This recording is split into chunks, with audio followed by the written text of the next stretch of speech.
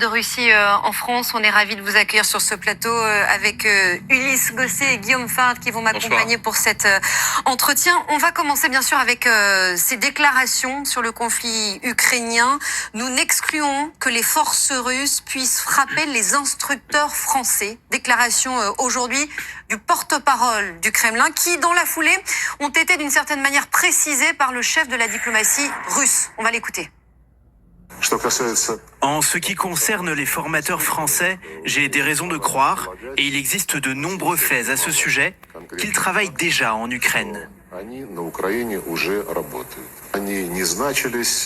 Quel que soit leur statut, militaire de l'armée française ou mercenaires, ils représentent une cible tout à fait légitime pour nos forces armées. Il représente une cible tout à fait légitime. Comment interpréter ces propos? C'est une nouvelle provocation? En France, vous avez un vieux principe que vous connaissez mieux que moi, la guerre comme la guerre. Donc si vous envoyez vos spécialistes, vos instructeurs, vos conseillers militaires, vous pouvez les appeler comme vous voulez, mais le mot-clé ici, c'est militaire.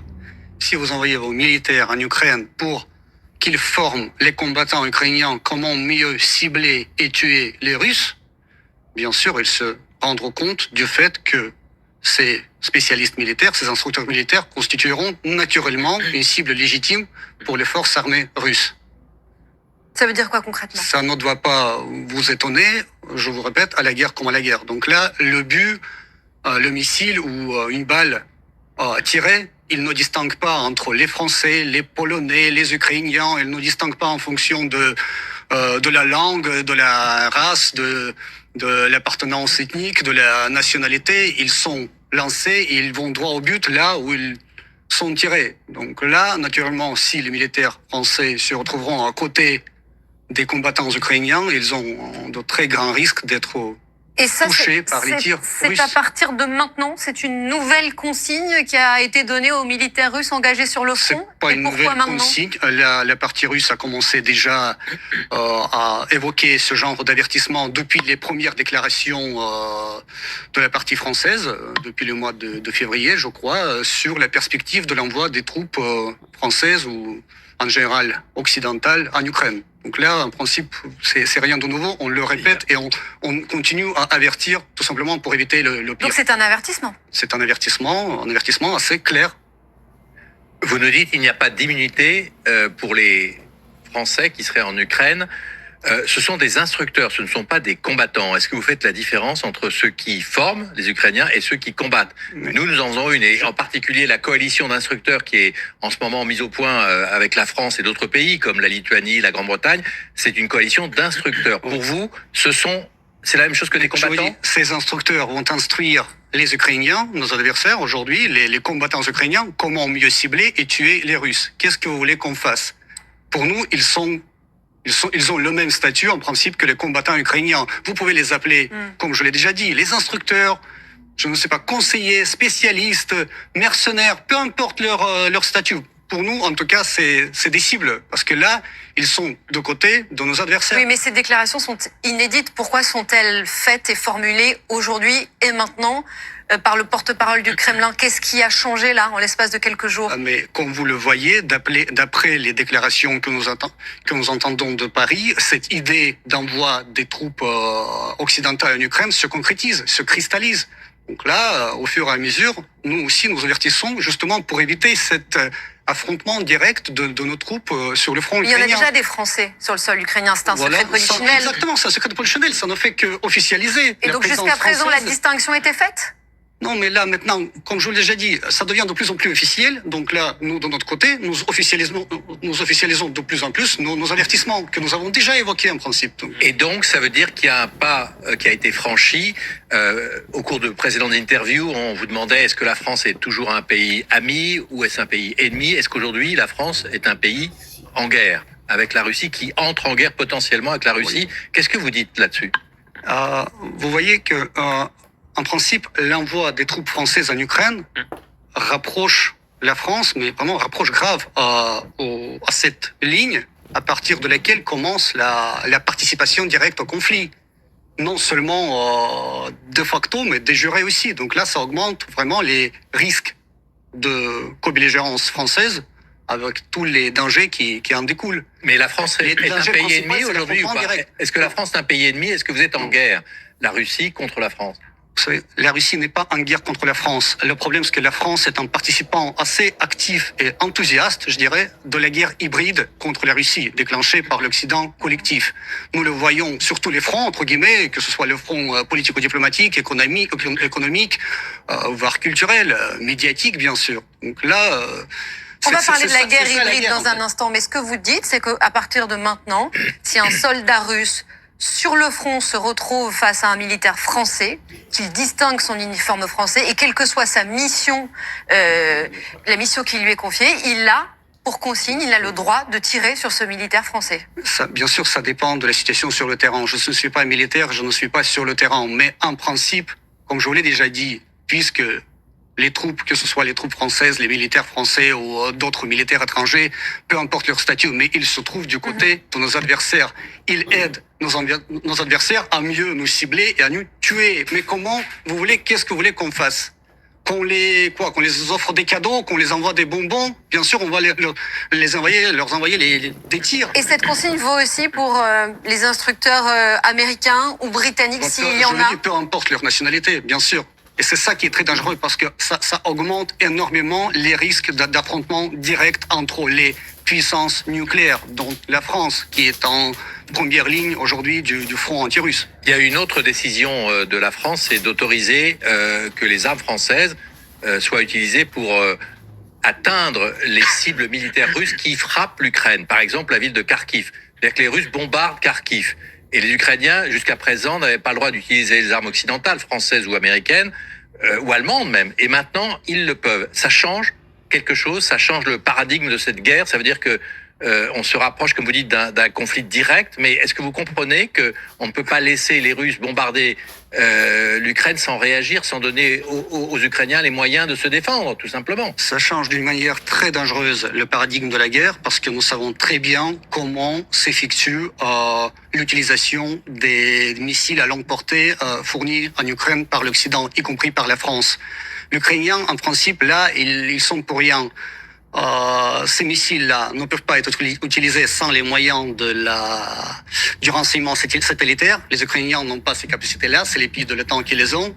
Puis, en ce qui concerne le ciblage et la programmation du plan de vol, c'est les pays de l'OTAN, les propriétaires de ces missiles qui le font. Alors, en principe, vous voyez le lien, vous voyez la logique. C'est pratiquement comme si la France ciblait directement avec leurs missiles. Vous dites que c'est un avertissement contre les Français ou les Occidentaux en général. Est-ce que c'est pas aussi un avertissement adressé à Vladimir Poutine de dire arrêtez la guerre, arrêtez de bombarder l'Ukraine? C'est ça l'avertissement. Si vous continuez, eh bien, nous serons obligés de prendre des moyens supplémentaires pour défendre l'Ukraine. Quand vous dites arrêtez de bombarder l'Ukraine, mais vraiment, je crois que vos spectateurs, ils imaginent vraiment quelque chose de horrible, les villes détruites, etc. Ben, on voit les images. Excusez-moi, on voit les images. Vous pouvez aller aujourd'hui à Kiev ou dans les villes, villes ukrainiennes à l'ouest du pays. Donc là, Kharkiv. La vie continue. Les gens fréquentent les restaurants, les gens font la fête. Mais Kharkiv est bombardé, vous le savez bien.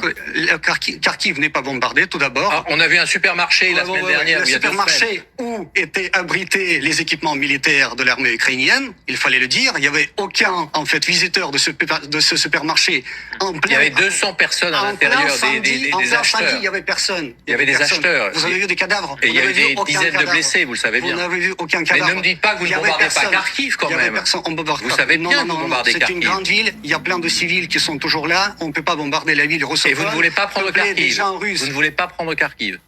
Là, c'est déjà, vous savez, c'est hors de ma compétence. Ça appartient à notre commandement militaire de décider comment faire après avec Kharkiv. Vous avez quand même des informations sur ce sujet. C'est une bonne question. Vous ne voulez pas récupérer Kharkiv? Aujourd'hui, nous sommes en train de créer justement cette zone de sécurité pour sécuriser notre région limitrophe qui est Belgorod des frappes ukrainiennes. Donc là, prendre Kharkiv, c'est pas forcément l'objectif principal. Je vous rappelle que la Russie a voulu prendre Kharkiv au début de la guerre et que ça n'a pas été possible. Aujourd'hui, il y a une offensive russe. Là, vous ne la niez pas. Oui, la question, mais qui vous a dit ça, que la Russie voulait prendre Kharkiv? Personne. Parce qu'on l'a vu, Vous avez vu que la carte et ça, en fait, ça veut rien dire. Peut-être qu'on voulait juste, oui, voilà. Messieurs, puisque vous parlez du soutien logistique des Occidentaux à l'Ukraine, allons sur la venue du président ukrainien Volodymyr Zelensky. On parlera ensuite des ingérences, des soupçons d'ingérence russe dans la deuxième partie. Mais Zelensky va arriver jeudi à l'occasion sur le sol français des commémorations du 80e anniversaire du débarquement allié en Normandie. Et on a appris ce soir que vendredi, il prononcerait un discours à l'Assemblée nationale et qu'il serait aussi reçu à l'Élysée par Emmanuel Macron à l'occasion de cette venue du président ukrainien. Le président de la République pourrait faire des annonces sur de nouvelles aides fournies à l'Ukraine. Vous parliez du soutien des Occidentaux à l'Ukraine. Quelle est aujourd'hui, en termes justement de soutien militaire, de soutien logistique, quelle est la ligne rouge pour les Russes? En principe, je ne peux pas commenter ce qui n'a pas encore eu lieu. Donc là, on attend d'abord les déclarations du président français, s'il y en a. Donc là, mais en principe, comme vous le voyez vous-même, depuis le début de l'opération militaire spéciale, depuis le mois de février 2022, les lignes rouges sont franchies l'une après l'autre. Donc au début... Mais précisément, vous ne cessez de dénoncer l'implication, selon vous, de plus en plus forte de la France dans ce conflit. Qu'est-ce qui, pour vous, serait inacceptable, qui pourrait être annoncé vendredi? Vous avez 2-3 idées, j'imagine. En principe, mais tout est inacceptable. Reste à savoir ce qui reste inacceptable pour la France et pour le peuple français. Reste à savoir quels sont les intérêts de la France en Ukraine et comment la participation, cette implication militaire de plus en plus profonde de la France correspondent aux intérêts vitaux de la France et des Français.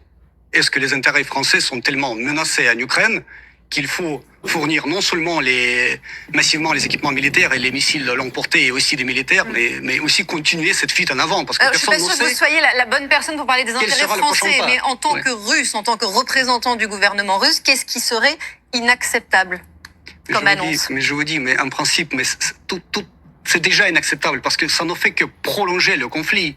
Ça ne fait qu'écarter la perspective du règlement politico-diplomatique du conflit. Donc, alors justement, c'est pour jeter de l'huile sur le feu. Justement, vous plaidez pour la diplomatie et tout le monde veut la paix, la France également. Ouais. Mais il y a une conférence qui va être organisée en Suisse, à l'initiative de la Suisse et de l'Ukraine, et la Russie n'y participe pas. Pourtant, c'est l'occasion de parler justement de la paix. Justement. Pourquoi vous n'y allez pas? Tout d'abord parce qu'on n'est pas invité, c'est la première chose. Et deuxième chose, si on n'était pas invité, on serait pas là parce qu'on ne peut pas prendre au sérieux ce genre de conférences ou de manifestations qui sont vouées à l'échec d'avance parce que en principe, qu'est-ce que ça va être? Les pays occidentaux vont essayer d'obtenir le soutien du Sud global et puis d'avancer à la Russie tout un paquet d'ultimatums, y compris la capitulation, les réparations, etc. Mais la Russie n'est pas dans une position de capituler, comme vous le voyez en regardant la Donc carte. Donc il n'y a aucune discussion possible? Non, mais bien sûr, tout est possible. La Russie reste toujours ouverte au dialogue, mais le dialogue vraiment franc, le dialogue sérieux, où nos intérêts vitaux sur le plan sécuritaire seront pris en compte, le dialogue qui prend en compte les réalités géopolitiques, c'est-à-dire les nouvelles régions qui sont entrées en Russie suite au référendum, et puis plein d'autres détails, y compris les mesures qui protègent les droits des minorités russophones en Ukraine, qui sont visés à la démilitarisation et dénazification de l'Ukraine. Il y en a beaucoup. Donc là, c'est connu en principe. Ça ne fait que reproduire les objectifs principaux de l'opération militaire spéciale. Le fait que Volodymyr Zelensky s'exprime vendredi à l'Assemblée nationale devant les députés en France, qu'est-ce que ça vous inspire? Vous allez l'écouter? Peut-être je vais l'écouter, mais je n'attends rien de nouveau. En principe, j'imagine qu'il va remercier la France pour l'aide militaire et commander encore de l'aide militaire ou financière, comme il le fait d'habitude, partout, mais dans cette tournée occidentale. Vous ne participez pas à la conférence en Suisse. Zelensky vient à Paris. L'Occident augmente son aide. Il n'y a pas de négociation, la guerre continue et la guerre va continuer. L'Occident fait tout pour que cette guerre continue éternellement, parce que c'est un très bon moyen d'utiliser le régime zombifié, criminel, terroriste de Zelensky installé à Kiev et les Ukrainiens, les pauvres pris en otage par ce régime, contre la Russie pour l'endiguer et pour... Je vous rappelle quand même que c'est la Russie qui a envahi l'Ukraine, c'est pas l'inverse. Et pour vous parlez d'un régime que vous empêcher son condamnez, développement normal et son renforcement. Non, vous pouvez pas non plus oublier le passé. Il y a eu quand même une invasion de l'Ukraine par la Russie. Justement, et si on se rappelle le passé, il faut qu'on aille plus loin. En 2014, le régime de Kiev a installé par le biais d'un coup d'État à Kiev, qu'est-ce qu'il a commencé à faire? Il a commencé à terroriser sa propre population à l'est du pays. Alors, vous parlez d'un gouvernement criminel, zombifié, terroriste. Ouais. Ça veut dire que si un jour discussion il y a, puisque vous dites que vous êtes ouvert au dialogue si les intérêts russes sont défendus, est-ce que Zelensky pourrait être un interlocuteur de ces discussions? C'est encore une très bonne question. Avec qui négocier? Le président Zelensky, dont la légitimité après le 20 mai pose une très grande question. Donc là, si c'est un interlocuteur fiable ou si il faut qu'on négocie avec quelqu'un d'autre qui représentera l'Ukraine, peut-être ce seront les amis, entre guillemets, occidentaux de l'Ukraine, peut-être ce sera un autre représentant du régime de Kiev. C'est une question vraiment à part, reste à préciser. C'est une très bonne question. Il y a une autre bonne question, c'est vous savez que donc c'est l'anniversaire du D-Day, du débarquement finalement du début de la défaite de l'Allemagne nazie, et la Russie ne sera pas présente sur les plages de Normandie. Ouais. En 2014, Poutine est venu en Normandie et il y a eu une négociation dite sous le format de Normandie qui a abouti à un accord justement pour essayer d'éviter la poursuite de la guerre. Ouais. Vous regrettez de ne pas être invité sur les plages de Normandie, que la Russie ne soit pas présente et qu'il n'y ait pas un nouveau dialogue de Normandie justement sur l'Ukraine? Vous savez, cette soi-disant, entre guillemets, non-invitation de la Russie à cet événement, le 6 juin, n'en fait que montrer à quel point la mémoire historique peut être partielle et courte. Je dois vous rappeler que c'est grâce à l'Union soviétique et à l'armée rouge, grâce à ses succès à front de l'Est en 1944, que cet débarquement a eu lieu. C'est justement l'Union soviétique qui a permis cet débarquement, parce qu'en principe, en 1944, le destin du Troisième Reich a déjà été scellé. En juillet 1944, l'armée rouge était déjà en Pologne en train de libérer ce pays. Oui, enfin, si les Américains n'avaient pas débarqué, ça n'aurait pas été la même chose quand même. Hein. Tout était en principe clair. Donc là, les Américains, bien sûr, ils ont décidé de débarquer tout de suite pour que les Russes ne libèrent pas Paris, par exemple, comme c'était en 1814. Ça, le dessin est clair. Alors, vous regrettez Répondez, on va pas refaire toute On l'histoire. sous-estime jamais la contribution de nos alliés occidentaux dans la victoire commune, mais il ne faut pas non plus sous-estimer, voire mépriser la contribution cruciale de notre pays dans la victoire commune contre le nazisme. Je dois vous rappeler que c'est grâce à l'Union soviétique et grâce à l'accord entre Staline et Charles de Gaulle que la France a trouvé sa place parmi les puissances vainqueurs du nazisme. La France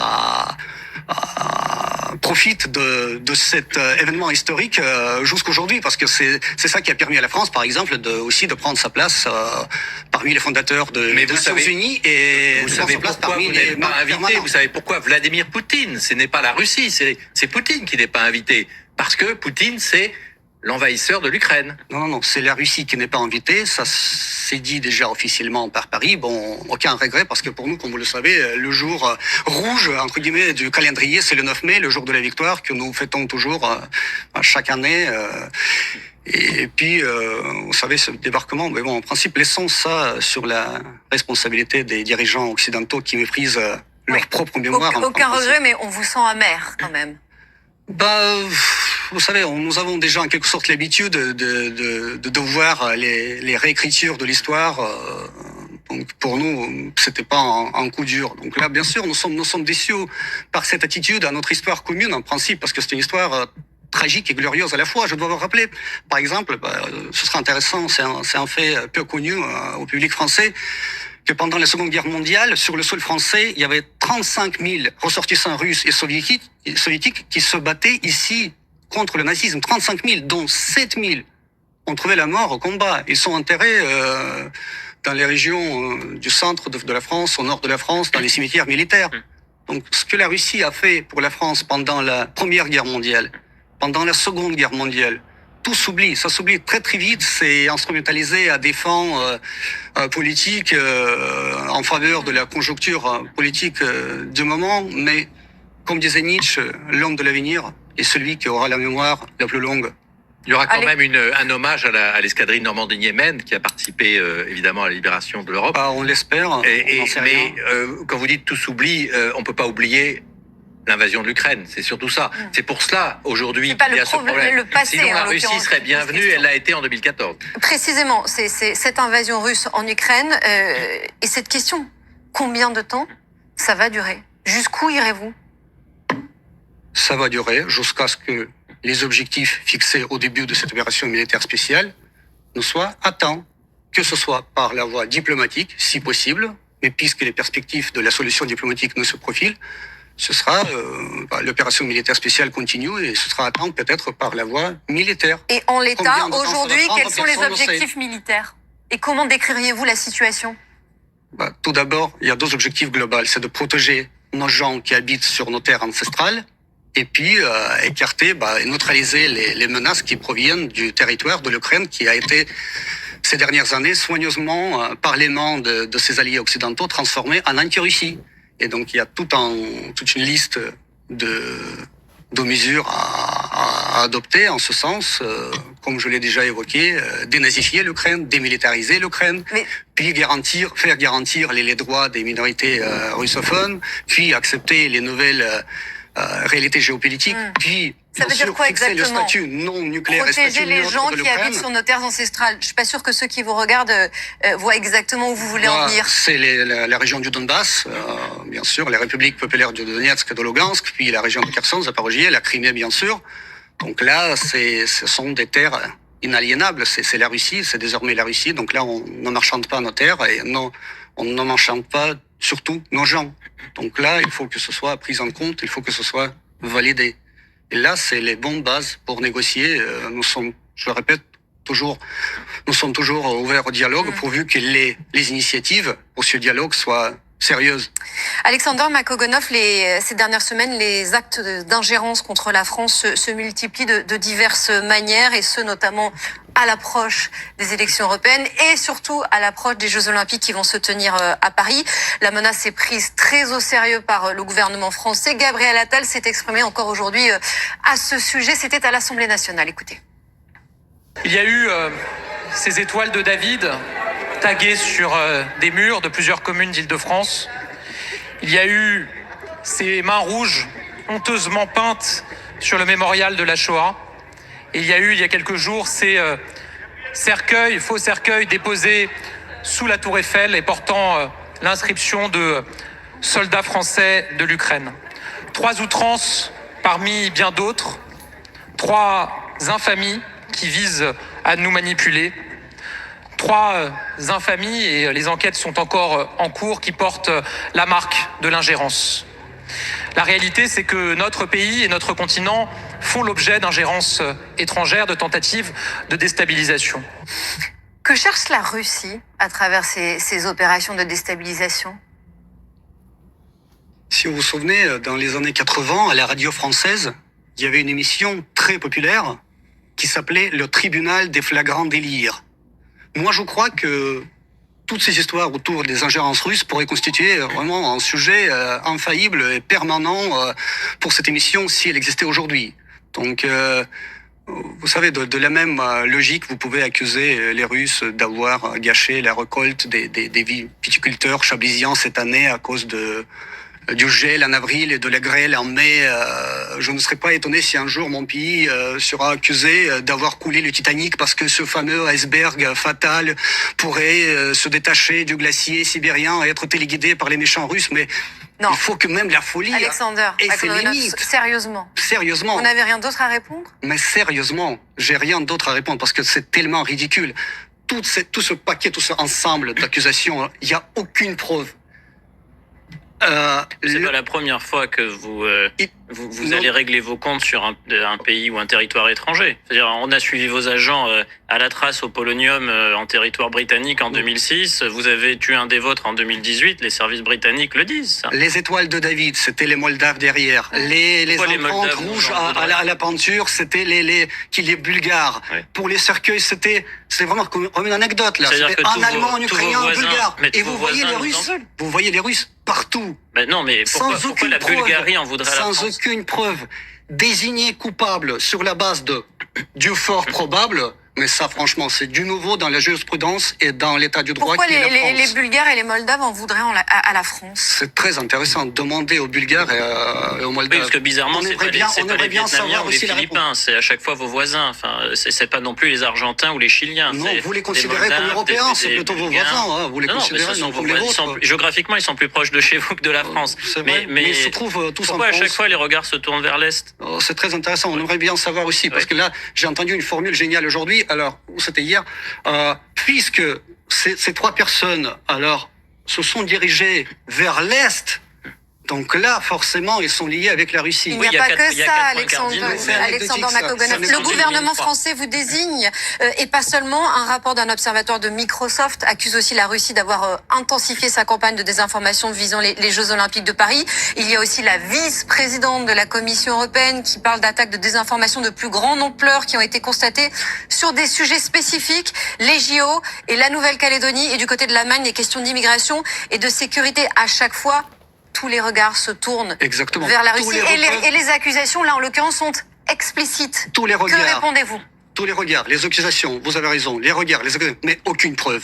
Aucune preuve. Même les terroristes en France, qui sont pris en flagrant délit, dont la responsabilité est indéniable, sont jugés par le tribunal, avec tous les éléments du dossier, avec les avocats, selon la procédure. Mais là, ici, la Russie est coupable tout de suite, sans aucune preuve. Mais dans le monde numérique, quand on met à jour que sur le réseau social X en particulier, des comptes qui sont reliés à des sites internet russes, c'est pas d'un autre pays du monde, font monter des sujets artificiellement qui dénigrent la France. Pourquoi? Vous nous en voulez en particulier?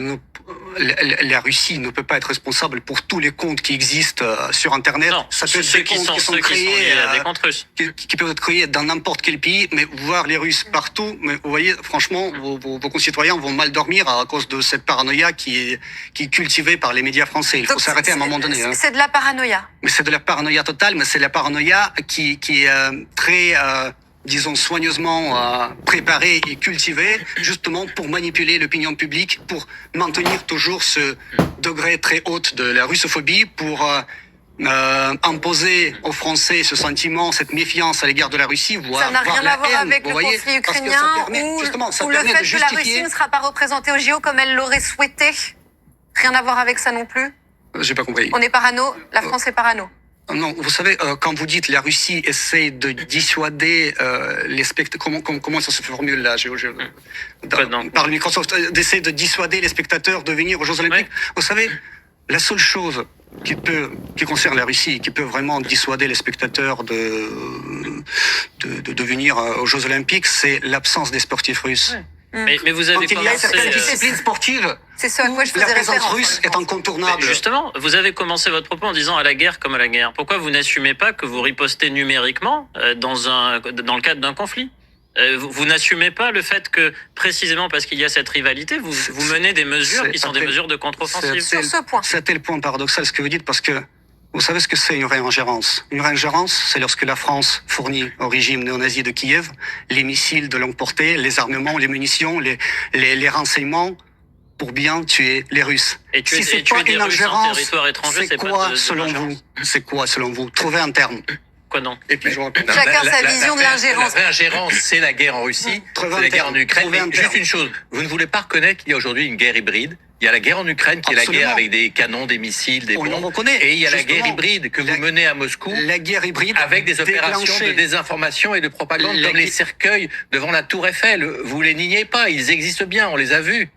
Ulysse Gosset, ces cercueils-là, cette, disons, installation artistique, si vous voulez, ou une farce, vous pouvez l'appeler comme vous voulez, c'est pas ça le problème. Le problème, c'est les vrais cercueils qui peuvent arriver en France massivement, après l'envoi Oui, des troupes donc françaises en c'est bien Ukraine. l'adresse d'un C'est un vrai message. cercueil. Donc c'est bien un Et là, message. c'était un message envoyé. On ne C'est sait le pas message par du qui. Kremlin. Il faut justement. C'est il le faut- message non, du non, Kremlin. il faut Vous l'avez trouver les dit. traces. Non, c'est un Vous message l'avez dit. qui a été envoyé par C'est ceux une qui guerre voulaient la- hybride. Non. C'est une guerre hybride. D'ailleurs, vous avez employé ce terme au début de notre Dès le entretien. début de l'entretien. Lequel? Guerre hybride? Oui. Bien sûr. Nous sommes en état de guerre hybride déclenchée par l'Occident et nous sommes obligés de répondre à cette oui. guerre Alors, hybride. il y a ces accusations d'ingérence russe et il y a ces invectives aussi qui se sont multipliées ces derniers mois de la part du gouvernement russe à l'égard de la France, sur lesquelles on va revenir avec vous, Sami Sfaxi. Absolument. Bonsoir Alice. C'est vrai que ces invectives à l'égard de la France, tout simplement, elles se multiplient. Alors invectives, je le précise aussi, du pouvoir politique russe. Un scène surréaliste. C'était au mois de mars sur la télévision publique russienne One. Vladimir Soloviev, un des principaux visages de la propagande du régime de Vladimir Poutine, continuait de déverser sa haine. Et là, il s'en est pris face caméra très violemment à Emmanuel Macron. Regardez cette séquence. Toi, salaud de nazi, héritier de Pétain, tu penses que tu peux frapper la Russie impunément? Dans ce cas, tu n'as rien compris à notre pays. Tu n'es pas un héritier de De Gaulle.